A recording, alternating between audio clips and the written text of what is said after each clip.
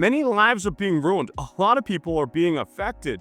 Fraud isn't just in the spam phone call, texts, and emails. It can be in what you think is an everyday real estate transaction, and it's taking center stage here in Massachusetts. And I predict there's going to be more. So, what's going on, and how can you protect yourself to ensure this doesn't happen to you? A Massachusetts real estate company called Success Real Estate has abruptly shut down. The people that are affected are home buyers and sellers who thought their money was protected while sitting in escrow, as well as all the agents who work for Success, but also ones that worked with other companies that were involved in these transactions. Success Real Estate has shut down abruptly due to embezzling of funds. This company, and really its owner, has stolen all the money that was in the escrow account. So what's the big deal? Well, an escrow account is not the company's money. It's actually the buyer's money. As an escrow agent, it's the fiduciary responsibility of a real estate company to hold these funds in an account during a transaction. They are not able to release any of these funds unless the deal closes, there's a mutual agreement between buyer and seller, or a judge tells the escrow agent what to do. So who is harmed? Well, it starts with every buyer and seller that's currently involved in a transaction where Success is holding the deposit.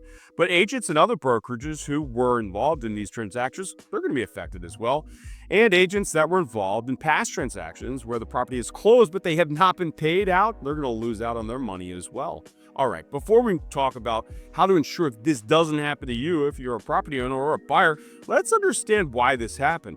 It's been a depression in the real estate market with sales falling below 4 million units the last 2 years. This is all thanks to low inventory and higher interest rates, which discourage both buyers as well as sellers. This put extreme pressures on real estate brokerages and naturally more pressure on the little guys as their ability to access capital is a lot harder than a huge national company. If I was guessing, this escrow investment wasn't always happening. My guess is it started slowly as the ship was starting to sink. They were short making a payroll or rent on one of their offices and dipped into the escrow account with the hope that the market would turn sooner rather than later and they'd be able to simply replace the money. But my guess is that the issues just became compounding.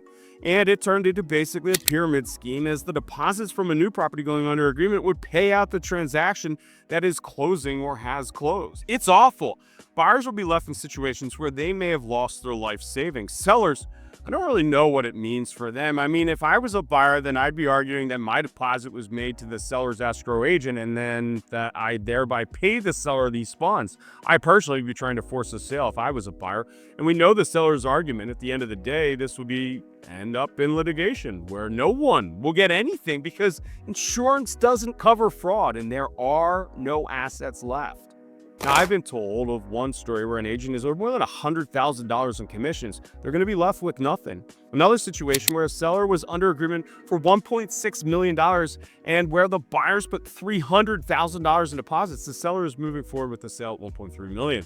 The seller, they're going to sue Success and get nothing. There are going to be more and more stories just like this. And not that there's ever a good time for this, but man, this was right before the holidays. So what can you do if you're a buyer or seller to protect yourself from this rather rare but very serious risk? It comes down to the brokerage that you choose. Most people hire the agent first and then maybe consider the brokerage that the agent works for. If you are trying to protect yourself from a situation like this, then you need to put more consideration into the brokerage that the agent works for.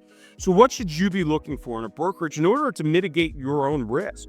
You should want to be worrisome about the smaller mom and pop brokerages and even take some caution at the smaller regional brokerages. But you also need to be cautious that not all national brokerages are the same. There are many national brands that utilize the franchise model like Remax or Keller Williams or Century 21. The list is long.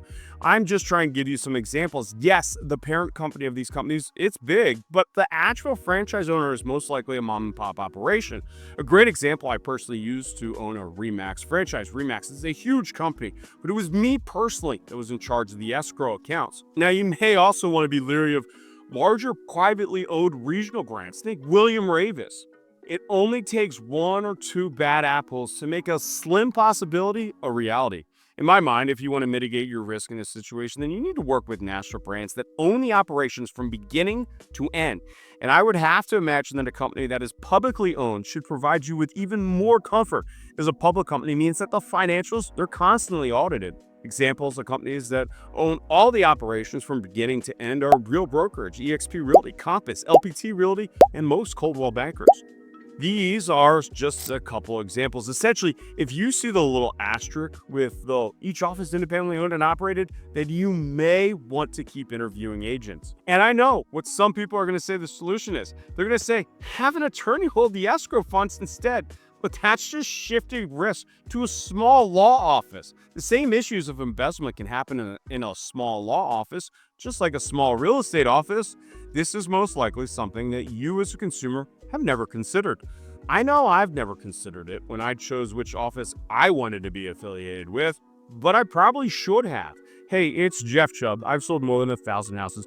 If you have any questions about real estate, then feel free to reach out at me at jeff@boston2.com or by phone at 617-480-2600. Thanks for watching, and until next time.